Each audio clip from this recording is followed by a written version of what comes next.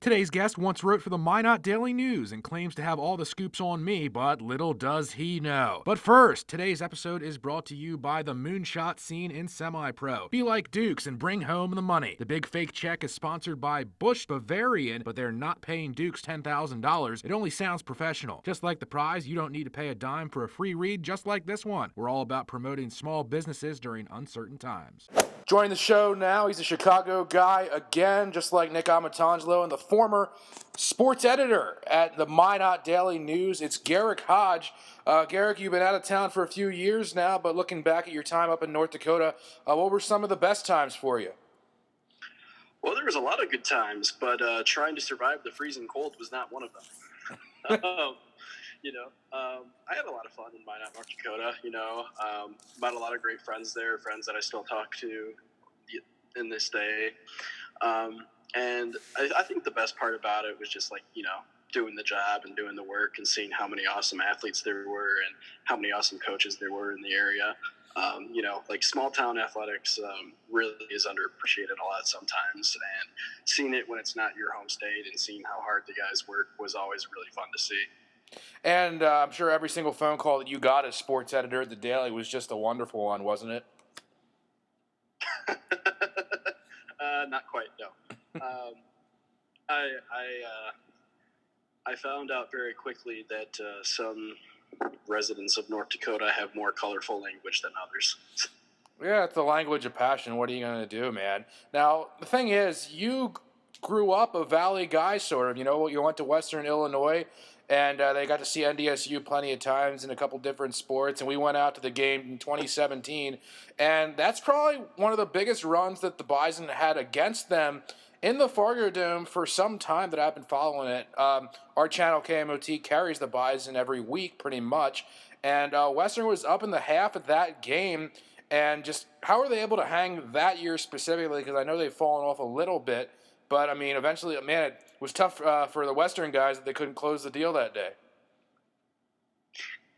I think they just lost to a better team. It is what it is. I think they only had the lead at halftime because the guy made like a freaking 52-yard field goal or something like that. But, I don't know. It was fun to get up there. As much as I don't like giving Bison fans any credit at all because, I just like giving them a little shade on the side. But their tailgate scene is very fun and the best in the Valley. And their fans are the most dedicated in the FCS. And I'll be very interested to see how they do against the Joe Moorhead offense-led Oregon Ducks in the start of college football this year. So, but I guess getting back to your original point, the Bison were at home and they were the better team. They proved it all year, and I think that they just won out over the course of 60 minutes. Yeah, and we're talking a lot about the win streak that's going on right now for the Bison coming up. Now, they're getting ready to set this. They should, if they can get through Oregon in that early game. And I know you're familiar with a lot of the guys that used to work at the Minot State SID department there. And the new cast there, they were really too confident, I think, in the Bison. I know NDSU is awesome on its own level, and they beat Iowa a couple years back, but I think Oregon's a different animal. And they were saying they were willing to bet money on it, but I haven't seen their money quite yet.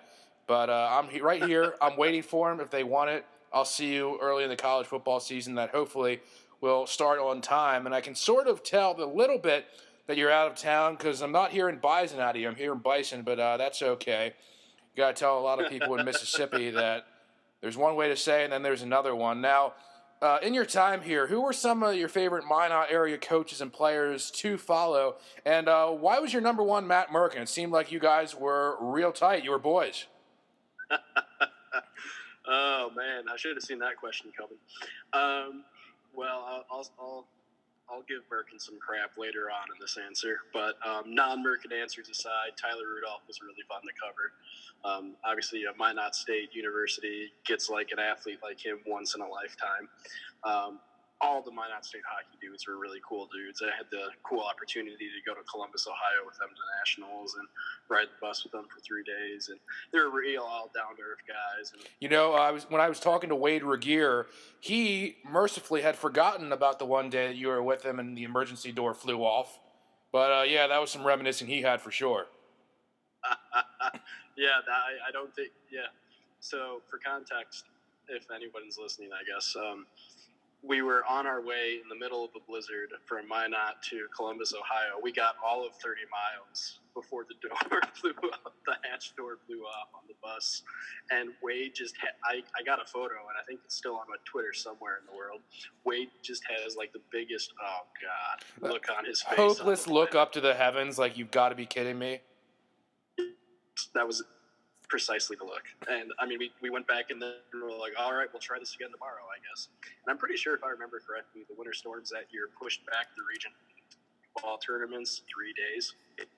So it was pretty interesting getting out of there. But no, Wade was definitely one of my favorite people to cover there as well. A lot of Minot High guys were also really cool, even though that was Alex Eisen, Minot High reporter at the Times beat. The DLB coaches were all really cool. We did a lot with them. But yes, I guess before talking crap about Merkin again, Mike Aldrich was even pretty interesting as well. I still don't know if he'll get that program turned around, but I guess we'll see. And you never told him how you got that free lunch off his hire, did you? What was that? I said, free lunch off of what? You never ended up telling him how you got that free lunch off him getting hired, did you? No, I did not tell him that.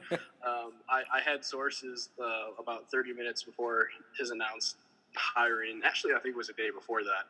I had a bet with my editor who they were going to hire, and I gave him the list of candidates because I FOIA'd the entire list of names that they were bringing in, and they had it. And I narrowed it down to a list of 5 that seemed very Minot State-esque. And I picked out Mike Aldrich, like, okay, well, he was in the list of candidates when they hired Todd Hoffner originally, and he seems like the most viable option. And my editor at the time did not believe that, and he went with someone else, and, well, I got a free lunch out of that. But what was it? What was the lunch? Yeah. Oh, I don't remember. You missed out on Slim Chickens anyway. I didn't want to belittle the original point was you and Merkin, boys. What's up with that? One more. Okay. I'd be remiss if I didn't say anything about Jason Spain while I was there. Jason Spain had by far the best press conferences. Jason Spain, I will never forget when he went on that rant about how disrespected they were as a team. And, I mean, Ben, you were there. I mean, he threw his fist down on the table and splashed the Coke up in the air and soaked his star forward ninja, and she just had like a mild, what the hell are you doing type of look on her face. But she was fearful for a second there. She didn't know what was going to come next after something like that. But yeah, that was like that was like one of those "I'm a man, I'm 40" moments that I would have never seen coming at Minot State. But I mean, Jason's one of a kind, and a lot of people in this area are wishing him well now that he's at UW Green Bay. So he was talking about how he loves Minot State, and he was really emotional when he moved on. But still, at the same time, he said, well, what am I teaching my children here if they know that my dream is to coach D1? And as much as I love this community, I just got to go for it, man. No, I'll give Jason credit. He was a hell of a coach. Probably the best coach that has been at Minot State since their transition to D2. No offense, Merkin. Yeah, where's that? Yeah. But he's probably been their best one.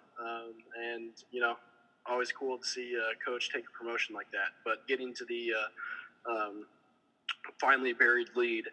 Merkin and I have always gotten along. I still text him every now and then to this day to check in on how things are going, and even ask him a question about the state of basketball.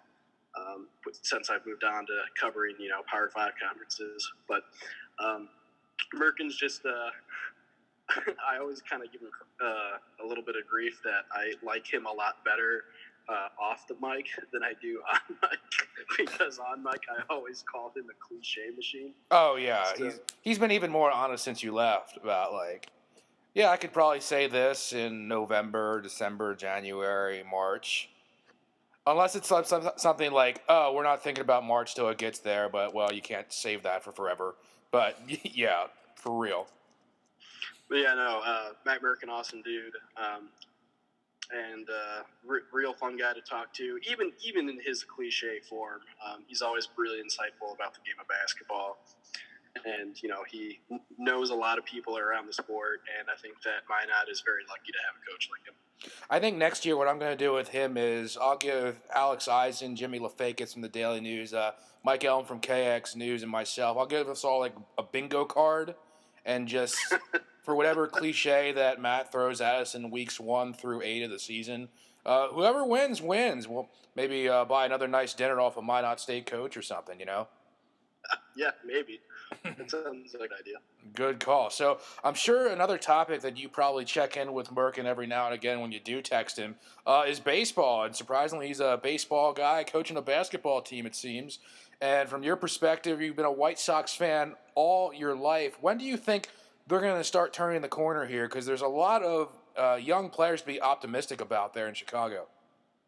Well, I was optimistic we were going to see progress this year, and I'm not quite sure what this year looks like, whether it's going to be a reduced season in Arizona or if we're just not going to have a season at all. But yeah, nobody knows.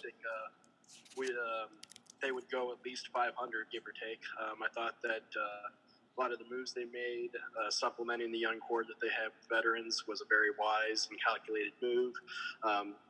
You and I have talked about Rick Hahn until the end of time, to the point to where you probably are 5 cases into Bud Lights before I shut up about him finally. Him and Hawk, yeah, but we'll get to that for sure. Yeah, for sure. But no, I was optimistic it'd be this year, but again, we'll see what this year even looks like, because who knows. What's been like their best recent move, whether it was this offseason or the one before that where there was so much hype, is it like locking up a guy like Moncada, like the Phillies did with Scott Kingery a couple years ago, or maybe some of the other free agent moves? I mean, getting Keuchel late has to be good for you guys no matter when he puts the uniform on. I did really like the Moncada extension. I also like their Luis Robert extension too. He's the number 3 overall prospect in baseball, and they signed him to an 8-year extension, which basically means they're just buying out 2 of his free agent years. They expect a lot of big things from him.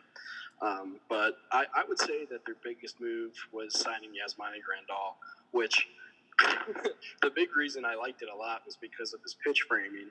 But if they play this year, it's going to be with an electronic strike zone, so that element of his game will be completely useless. So I think his agent probably wanted to keep that on the back burner of discussion when talking with Chicago. Yeah, well, I don't think he could have predicted a global pandemic to allow Rob Manfred to implement an electronic strike zone. So if he knew that, I would like to ask him a lot forward of thinking. questions. But no, I think buy a lottery ticket. Even if you take that pitch framing away from him, that he's a terrific hitter, which, not a lot of catchers are going to hit you 25 to 30 home runs anymore. So, and be a capable defender. So I thought, and plus he had been to the postseason the last 5 years, and I think a guy like that to like we've said, a young team is absolutely essential. Now, besides obviously and hopefully the cheating aspect, do you see any kind of similarity between the White Sox building the team up this way and maybe like a Houston team that had a lot of young gems a few years back and it culminated in winning a World Series? Yes and no. The Astros were very draft heavy with their rise, and the White Sox were very trade heavy. Like the Astros, both have made mistakes in both avenues. I mean, I will never forgive Rick Hahn for trading Fernando Tatis Jr. for James Shields. But, the Astros drafted a guy named Aiken instead of Chris Bryant, and we all know how that worked out. Did you even like the Shields trade at the time? I did. I mean, I did like it. It's true. And to be fair, I try not to hold it over his head too much, even though I'm still a little bitter about it, because Fernando Tatis Jr. was a lotto ticket that just happened to be $1 million lotto ticket on a $1 scratch-off, because he had never played a game of A-ball in his life for the trip. But, you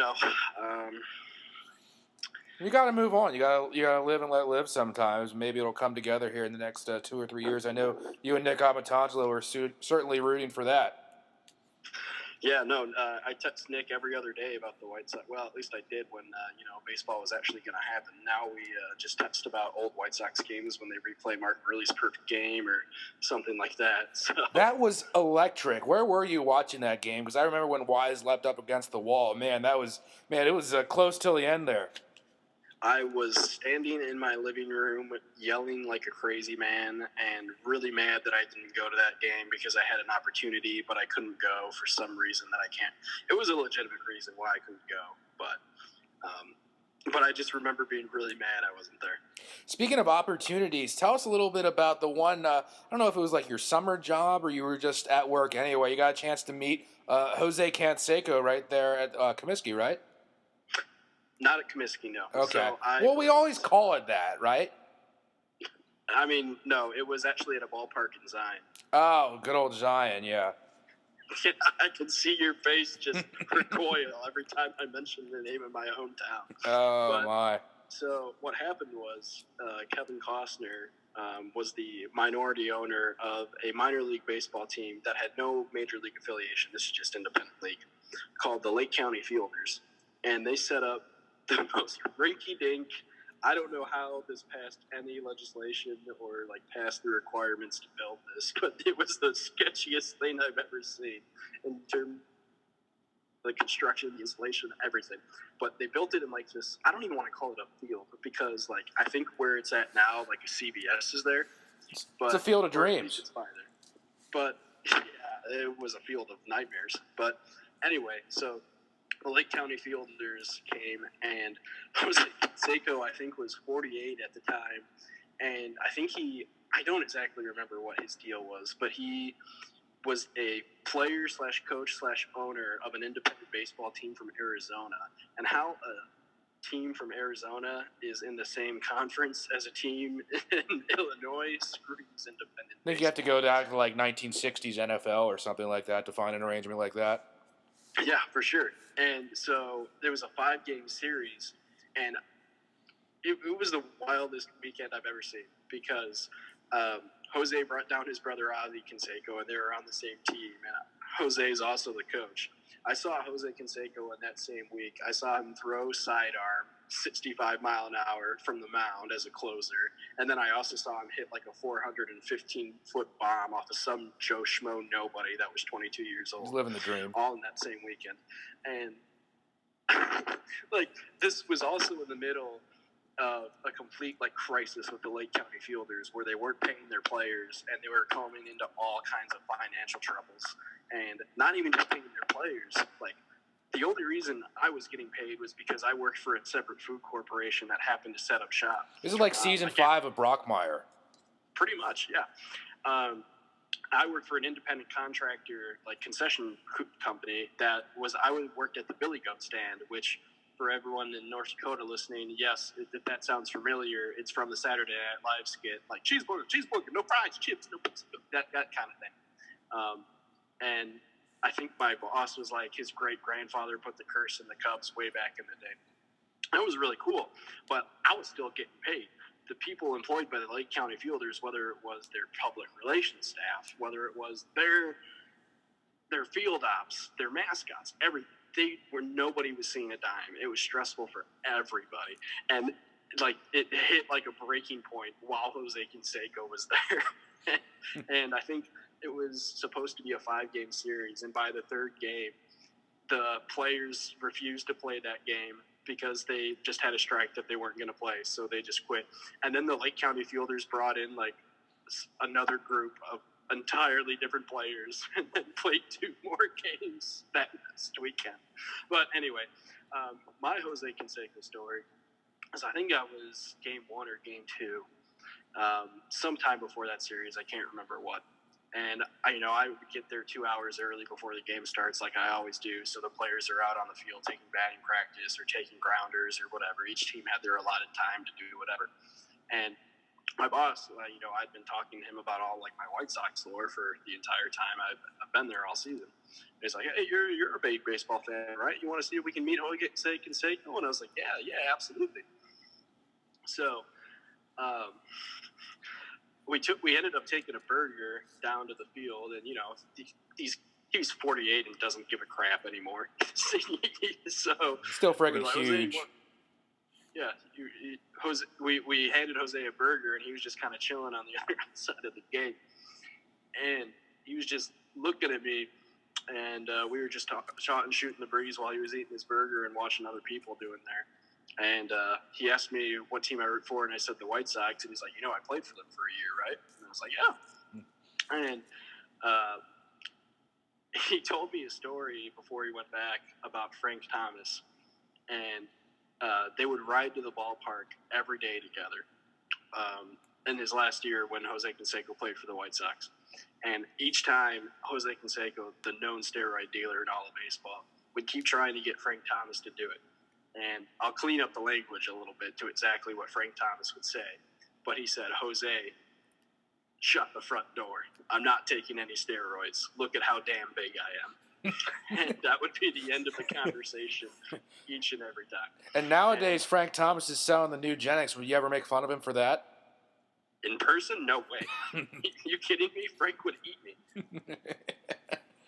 Oh, man, that's classic. So was it kind of a situation where even after that, how impressed were you with the story, or did Jose kind of rub you the wrong way just because he was a user? Did you have to kind of be fake about it to him? A little bit, but he also told me that, my childhood hero was completely clean, and this is coming from a guy that had basically, the convicted steroid dealer for the entire baseball league.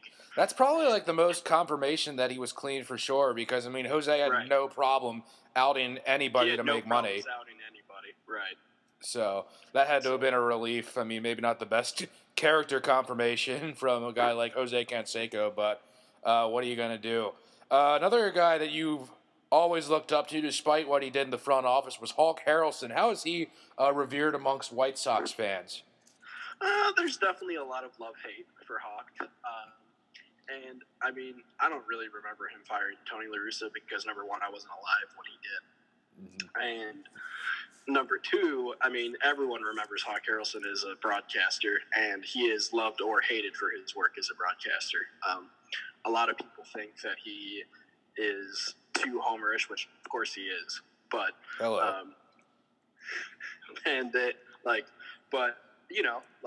I always thought of it that his audience was White Sox fans, and he said a lot of what White Sox fans wanted to hear at the time, whether it was, damn it, Jermaine Dye, catch the dadgum ball. So what they wanted to hear, or what they were thinking, or both? Both.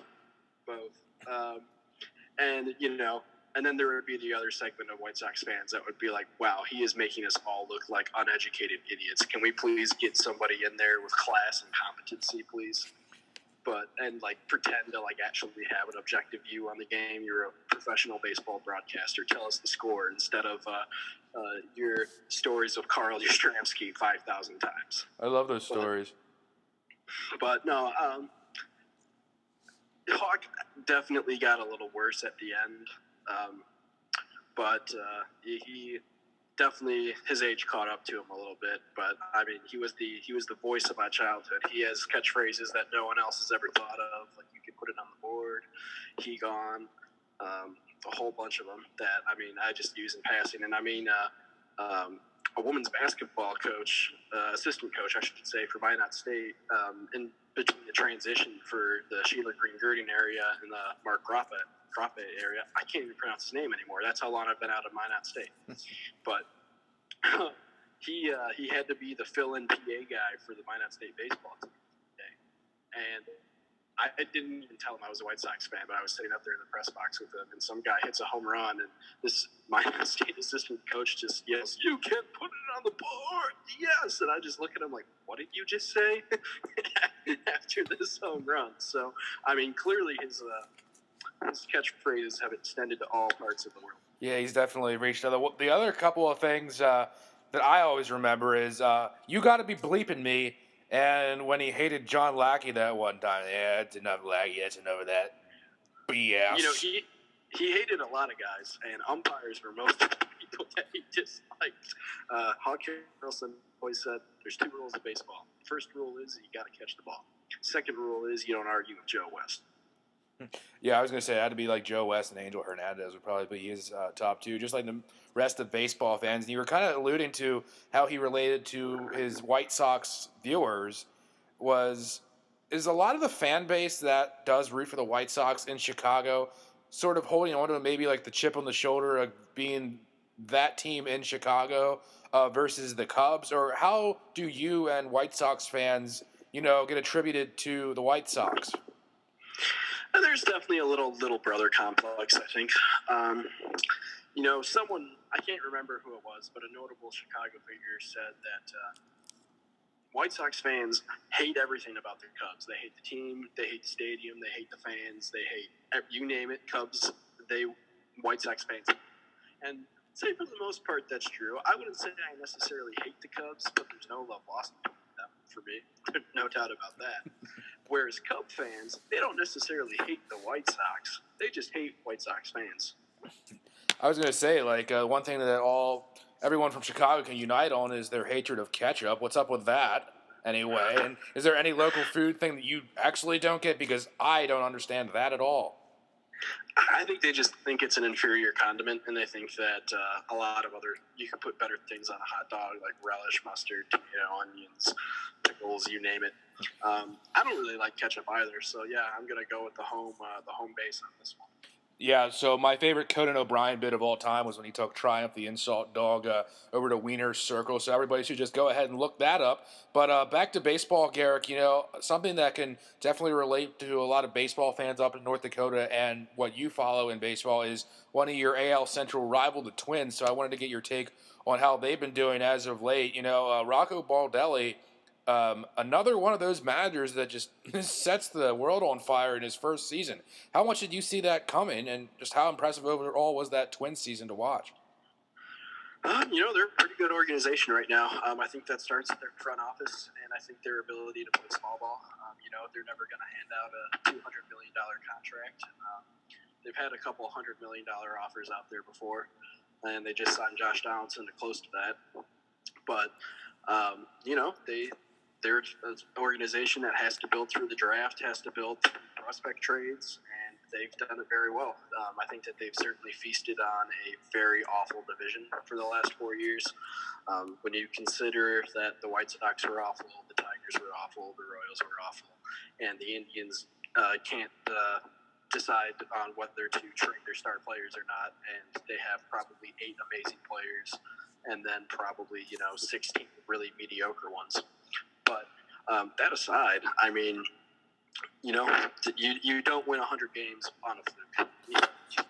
Like they did last year. They hit 300 home runs with juice ball or no juice ball. I mean, that team had a lot of power. And if I was a baseball fan and not a White Sox fan, which of course I am, but if I didn't enjoy the White Sox, they would be a really fun team to watch for sure.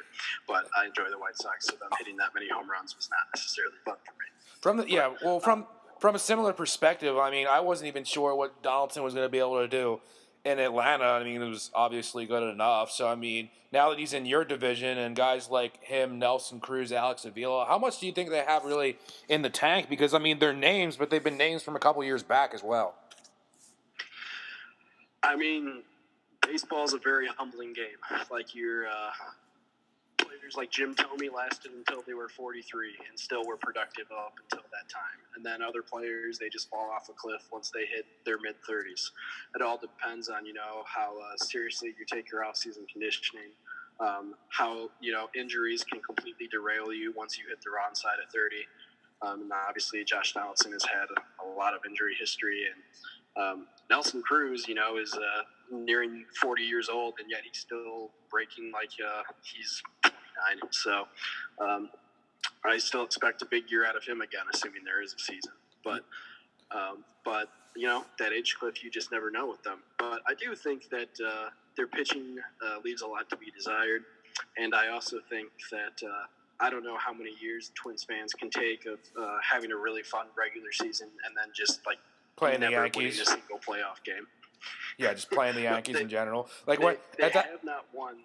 Like the White Sox haven't made the playoffs in, I think the last time the White Sox made the playoffs was 2008, and the White Sox have won more playoff games than them in the last 2 decades. It's like, at what point do they have to just hope from the outset that they don't play the Yankees anymore? I think, hasn't New York beaten them like 11 straight times or something like that? Yeah, it's about that. I think they've lost 13 straight postseason games or some ridiculous number like that. And when I was like preparing for this interview, Garrick, I was thinking about those guys like Donaldson, Nelson Cruz, and Avila again. And what I was gonna ask is, the Twins team as a whole, could we expect the same power numbers, but now with the number of games in the season in doubt, who do you think is favored better from just having any kind of prorated environment? A powerful lineup or a powerful rotation? Or even bullpens, even depending on usage. I would take the superior team laden with pitching over. I mean, your hitting's going to show up over the course of 162, but I mean, hitting can go into slumps, and especially power hitting teams. Like, you can go on a 2-week slump where you're not scoring a whole lot of runs pretty easily. Although, if the season starts in the summer, that's typically very favorable for offenses. So, I don't know. This is going to be a really wacky season, assuming we get it. Hopefully, fingers crossed. But a lot of piecing together acquisitions also for the Twins on the pitching side of things. I mean, you're looking at Kenta Maeda, Homer Bailey, Rich Hill. You got Tyler Clippard coming up, Sergio Romo, the way he's been for the team. I mean, what's your take on this team? Are they just kind of like piecing things together? I mean, how much can they afford to buy into some of these guys? Well, I think they dipped their toes into the Dallas Keuchels and the other high-end pitching guys of the world, and they didn't get any of them, so they had to settle for guys off the scrap heap. But although Kenta Maeda is a nice addition, I think that he's a fine, for especially the bullpen arm that they gave up, I think he's a fine addition to that team. But Rich Hill, you'll maybe get 50 productive innings out of him, maybe. Homer Bailey certainly lives up to his name. Yeah, that's not a good thing when you're a pitcher. Homer and then Bale. And Pineda, I mean, I still think he has to serve a 40-game suspension just because the season's going to be short. It doesn't change that, I don't presume. Talking Maeda as well. Maeda's good. I mean, he throws that junk and has a lot of good off-speed stuff, but, he's probably a number 4 starter, so you pair him with guys like Odorizzi and, that's another 3 to 4 starters. But I do like Jose Barrios. He's a legitimate ace potential pitcher, and I think that he's a very stud elite pitcher. But outside of that, I just don't know if you got that guy that can, you throw out there in a win or lose playoff game and get you over the hump. So I guess my answer to your question is I like the Twins, but I wouldn't expect them to get over their playoff hump anytime soon. Yeah, I mean, you like to see that if you're competing for the division with them alongside anyway. And you kind of mentioned the way their original outlook was to fix that pitching staff, or at least rectify it a little bit better, was going for those frontline guys. And how was it for you personally as a fan, not this past offseason, but the one before, to see your team, the White Sox, in on guys like Manny Machado and Bryce Harper? I would just categorize it as the biggest tease of my life as a fan. Oh, really? Oh, it was awful. I mean, it was fun for probably 2 months, and then as the off season dragged on, it just became progressively worse. It's more like it gets worse looking back, given the way that the market in this off season was, back to normal, and these guys just weren't dragging it out. And like I'm a Phillies fan. Like, they got Harper in the end, but geez, yeah, the wait.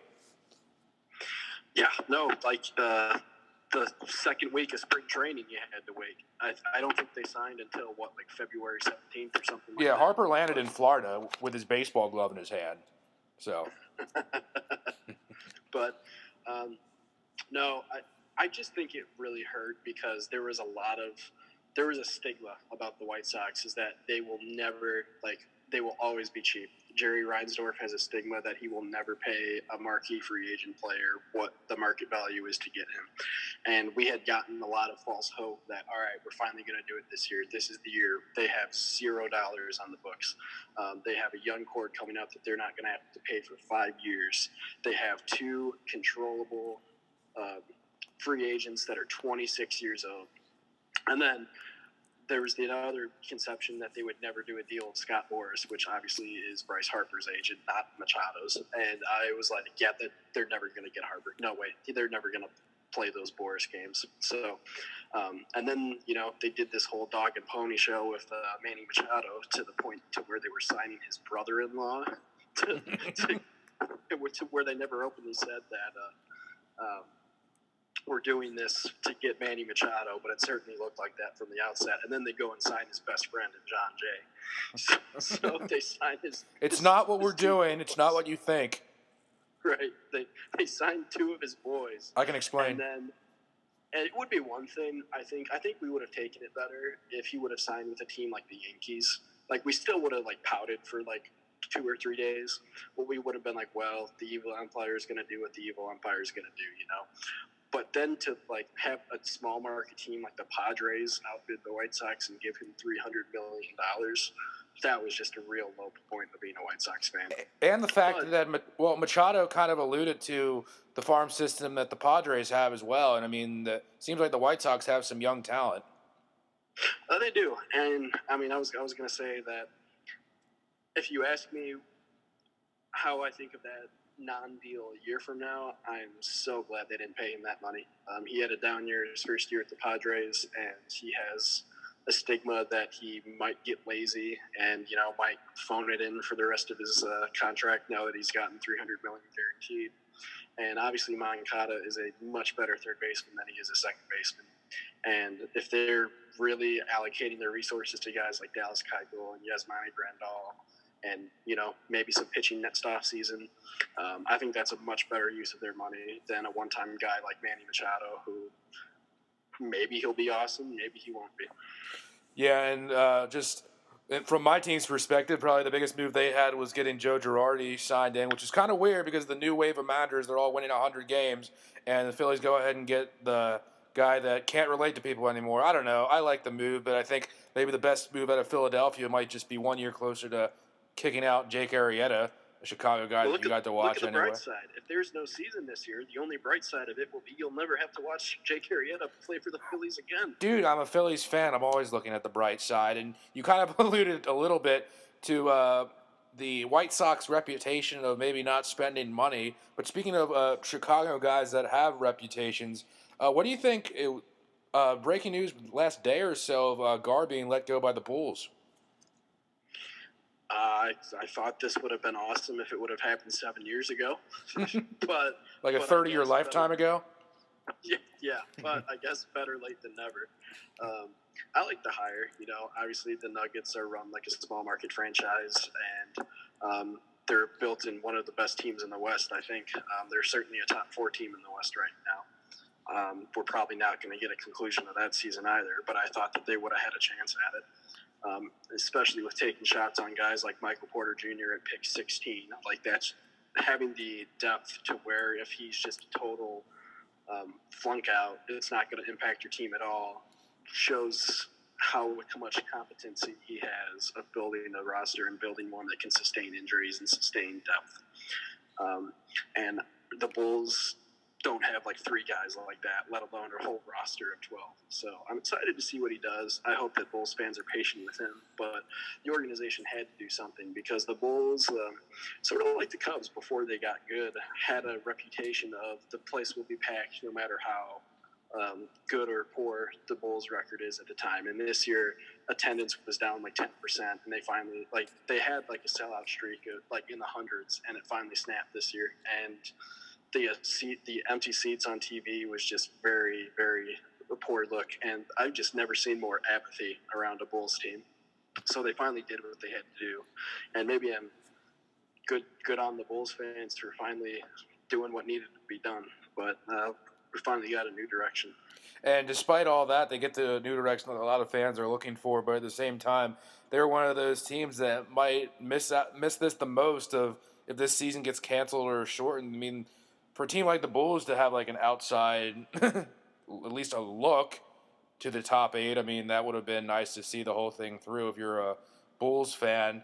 And now, switching gears here, what do you think about having Nick Foles on the Bears after facing him in the playoffs a couple years back? Where does it leave the quarterback situation? I don't hate it.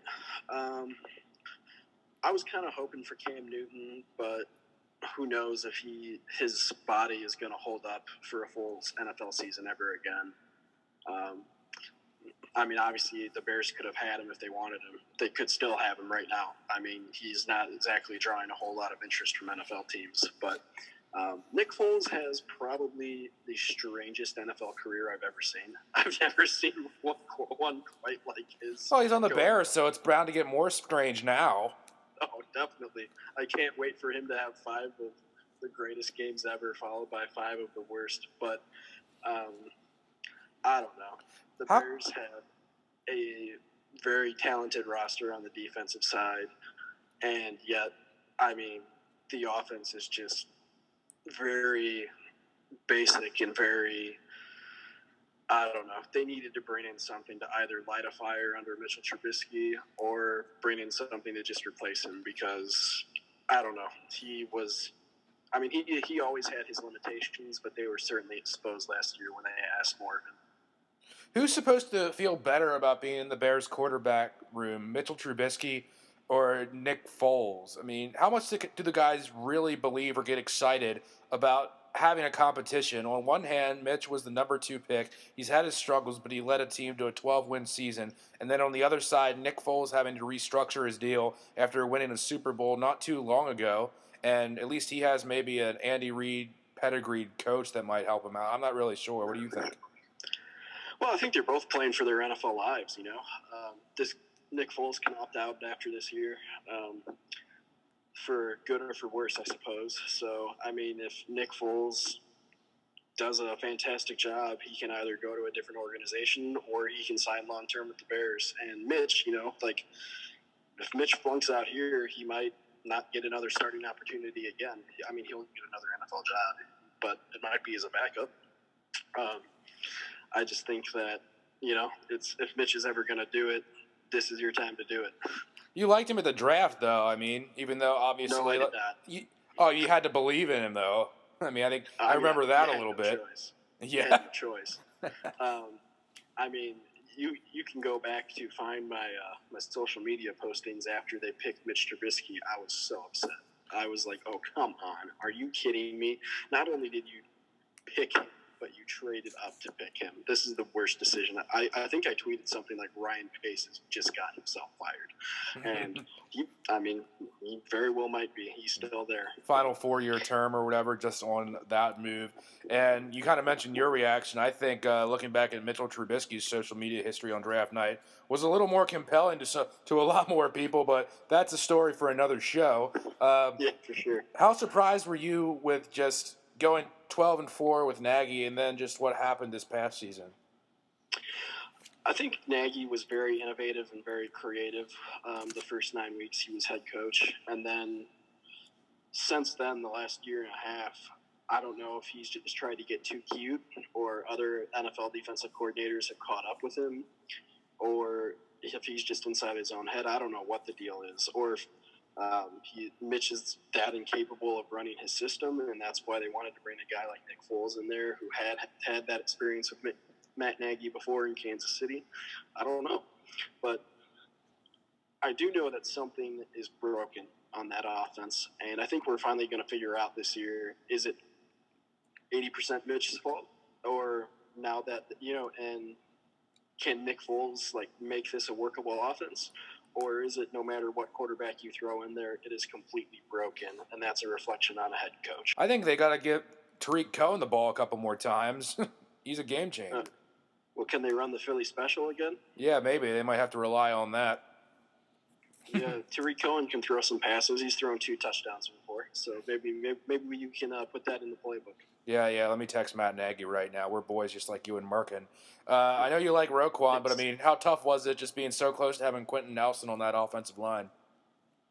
I mean, Roquan kind of had a bad year last year, but I think he'll be a fine player. I don't know.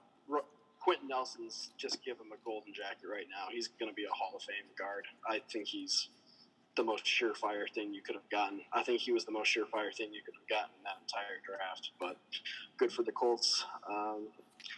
I guess Phillip Rivers is a happy man now.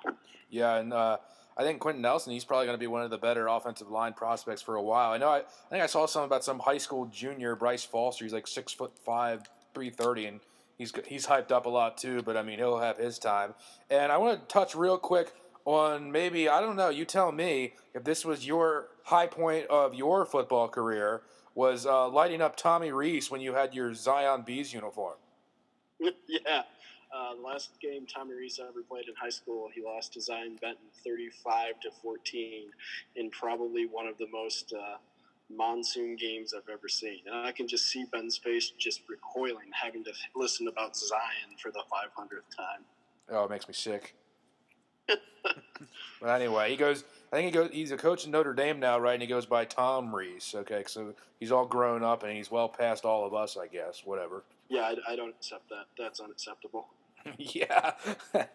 Anyway, I kind of mentioned you're on this for being the former Minot Daily News sports editor, and right now you're covering Mississippi State for the Commercial Dispatch down south. And what does the Mike Leach hire do for your overall happiness as a professional and person? Oh, I was so happy. Mike Leach had been my favorite coach to follow from afar for the last 5 years because of his wild rants about literally anything and everything, and I thought he was just so fascinating. And then I think I got the notification that, oh man, he's getting hired at Mississippi State. Like, is this real life? And first press conference in there, I wanted to ask him a question about the visiting locker rooms, because Leach was asked to comment a year beforehand about who had the worst visiting locker rooms in all of college football, and he said Mississippi State. So I got him to go on about a 6-minute rant about the visiting locker room at Mississippi State. I remember getting that picked up. Yeah, it was pretty fun. The couple times we haven't been able to talk to him a whole lot because of the whole pandemic, and obviously there hasn't been any spring football. He certainly landed himself into a lot of hot water with that news tweet, which I don't think there was any malicious intent behind it. It was certainly ill-advised.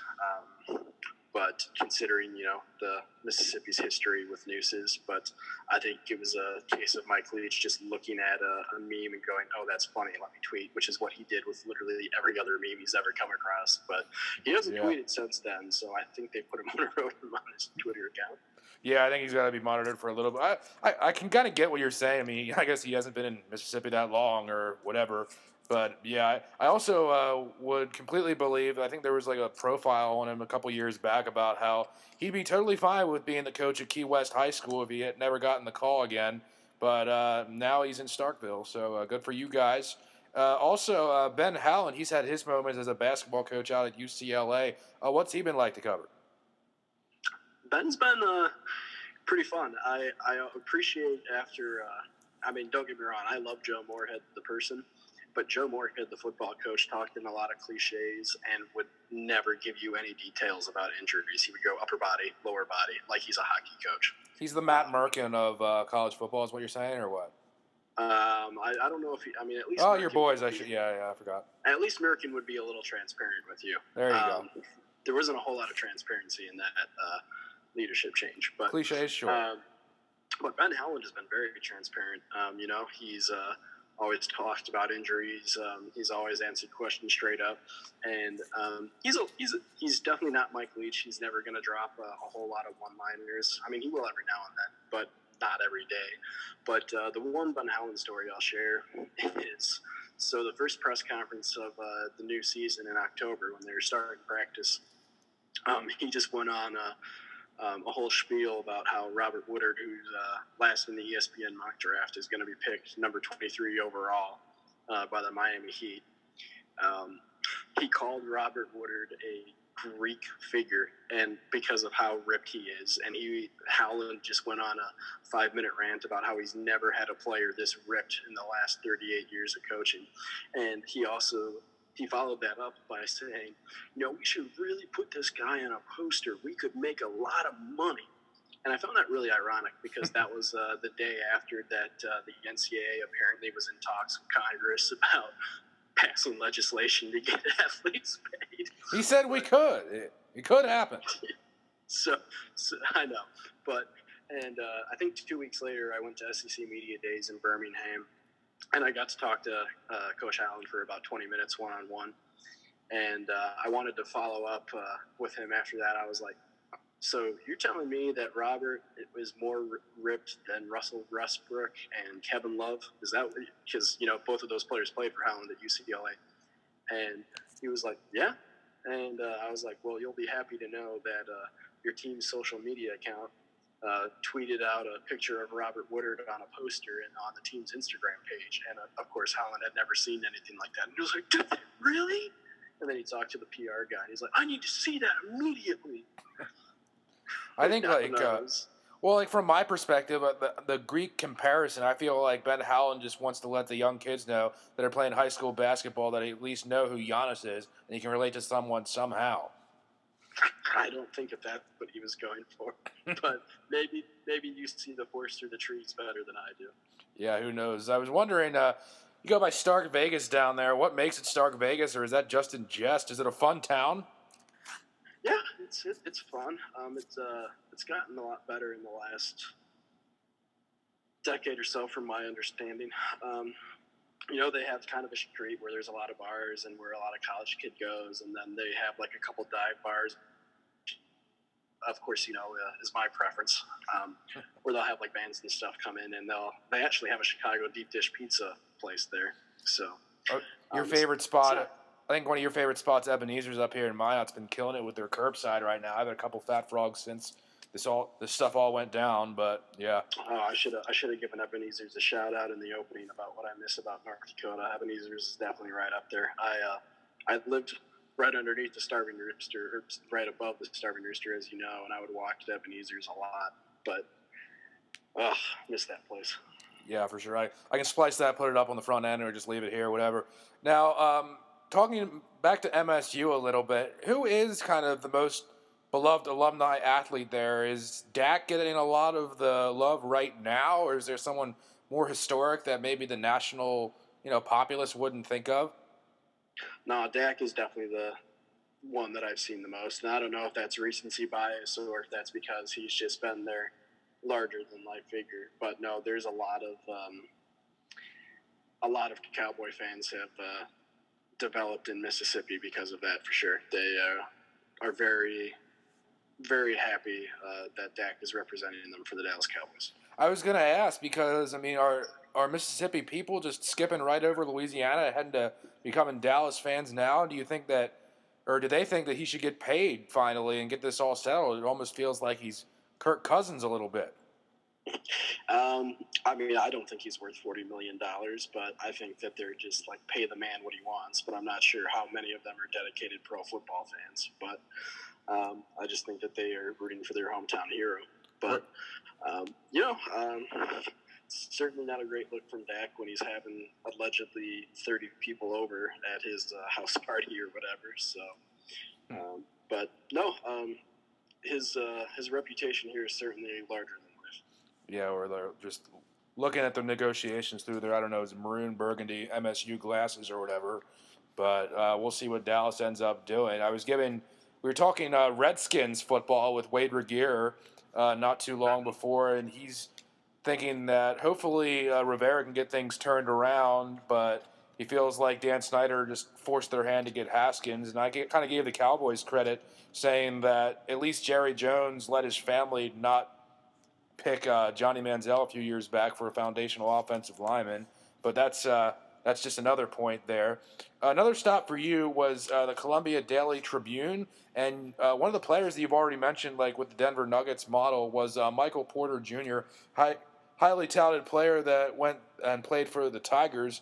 What was it like covering that beat, I guess, even though like when he was hurt for the balance of the year? And overall, I know it's not your beat anymore, but what do you think getting a guy like that would mean for Mizzou basketball? Well, I was really only there at the kind of the tail end, like right at the draft, and I would say that the hype was far better than the substance. I think there was a lot of apathy from the Mizzou fan base because they had this billing that they were giving college basketball's greatest prospect and then he plays the opening game and then goes down for what they think is the season. And then he comes back in the SEC tournament, plays pretty poorly, and then plays again in the national tournament, plays pretty poorly, and they get blown out. So I don't think he's remembered negatively there by any measure, but I think that they will remember that as a guy that was far more hype than substance in terms of the college ranks. But I mean, I think if they got another guy like that, which I don't know if they ever will, because it's pretty hard to get number one overall players in the country to come to Columbia. But if they ever get a guy like that again, I mean, I would think they'd be ecstatic. I mean, they were getting all kinds of publicity that they hadn't gotten in years since really the border war existed, and it'll be cool to see that go up again next year. But I think that would be awesome for the program of Mizzou if they could get another marquee guy like that, because they were on the covers of preseason magazines. They were a lot of people's sleepers to go into the Elite Eight at the beginning of the year because of the talent that he brought. And honestly, I mean, his brother was a first-round pick for them too, or at least could have been if he would have entered after his first year. But his brother Jonte, but he was projected to be a late first-round pick after his first year, and then sadly got hurt his second year and then wasn't drafted. But I mean, that's how it goes sometimes. To that point too, I mean, if they get another guy like that, at least hopefully for his sake and the team's sake, he can actually play a full season. Because I mean, he had all this hype and they hardly got to see him in a uniform. So I mean, I think that they need. I mean, they've had 2 down years since that has happened. So I think they just need something to inject. Because right now there's a lot of fan apathy around that program right now. So they need something to inject life into it. Speaking of having substance anyway, I mean, how different has it been for you recently just having a sports section during the COVID-19 crisis? I mean, for me, we don't have sports blocks anymore on the news. I've been doing a lot of news and sports stories anyway, but just switching over to a day shift. What's it been like for you, and what's been kind of the biggest challenge with that? We've definitely had to be very creative. Our sports section has been reduced, but we haven't taken it out of the paper or anything like that.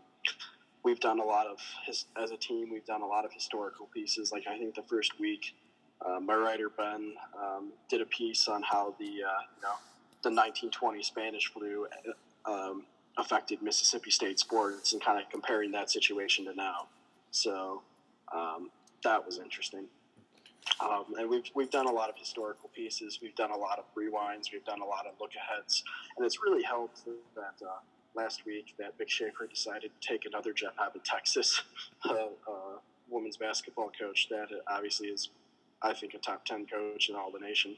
So we had a lot to deal with there, and they just hired a new coach, Nikki McRae, and that'll probably get us through another week. But me personally, I mean, I've tailed back on the writing a little bit just so the sports writers, I'm the sports editor, I want the sports writers to get their bylines in, and I've also helped a lot on the news side, similar to you.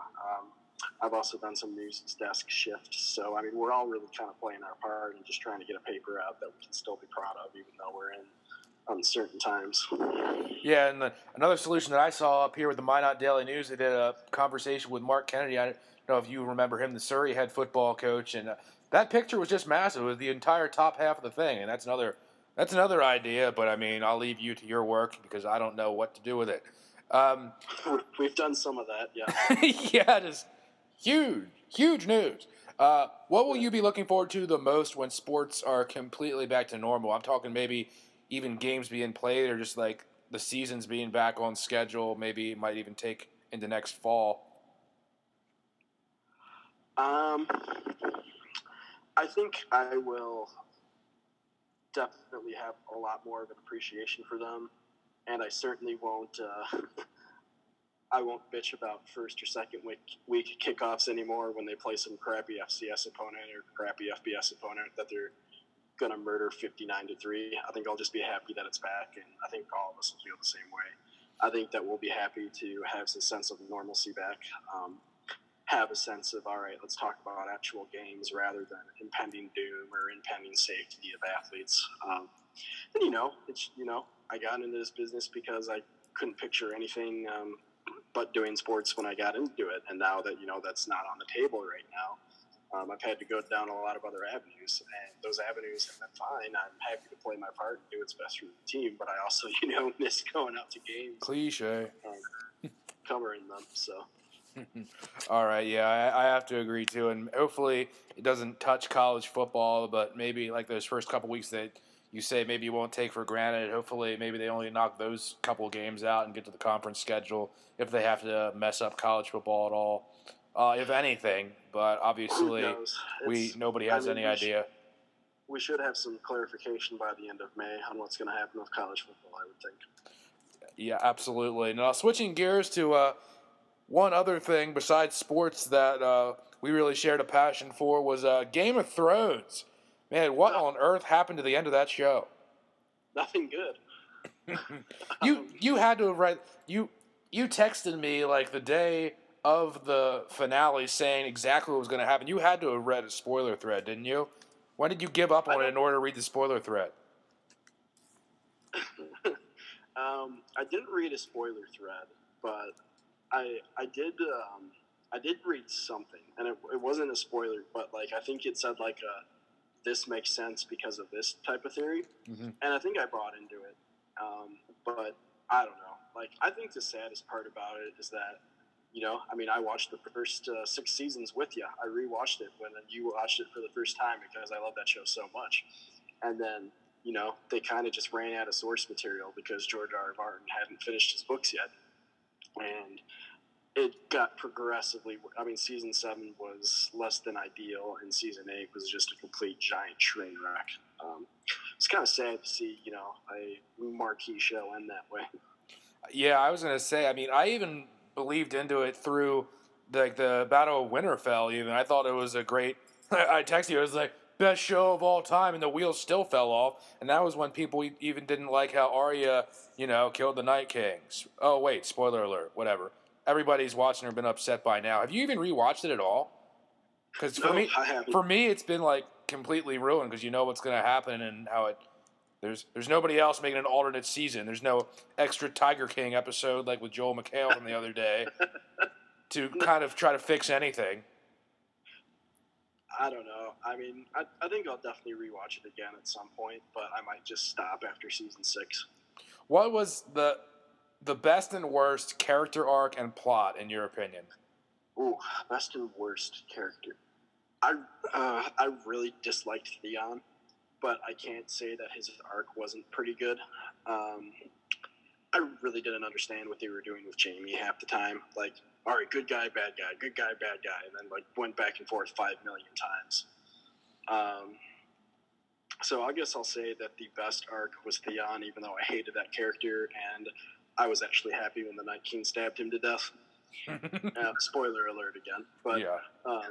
And the worst was probably Jamie. Like, it just felt so rushed half the time, everything he did. Yeah, I could definitely see that. And I think Peter Dinklage's character was definitely great all the way through. I bet him saying that Bran was a good idea for the king at the end, and just getting out of being murdered within like half an episode was ridiculous. But it's just too bad. Yeah, that was ridiculous. Then everyone's making fun of like the writers like getting kicked out of the Star Wars franchise basically, or bowing out, and it's like get what you deserve because you were rushing through Game of Thrones at the end. I think the best thing about that is that if you put that last scene in Game of Thrones, when Bran's having like the small council meeting or whatever, they put a laugh track on it, and it fit completely perfectly. Down to like the awkward pausing too. That just shows how much of a joke it was. Oh, man, that's too bad. Any other shows that you've been watching since the quarantine? I just finished Ozark. That was a pretty good one.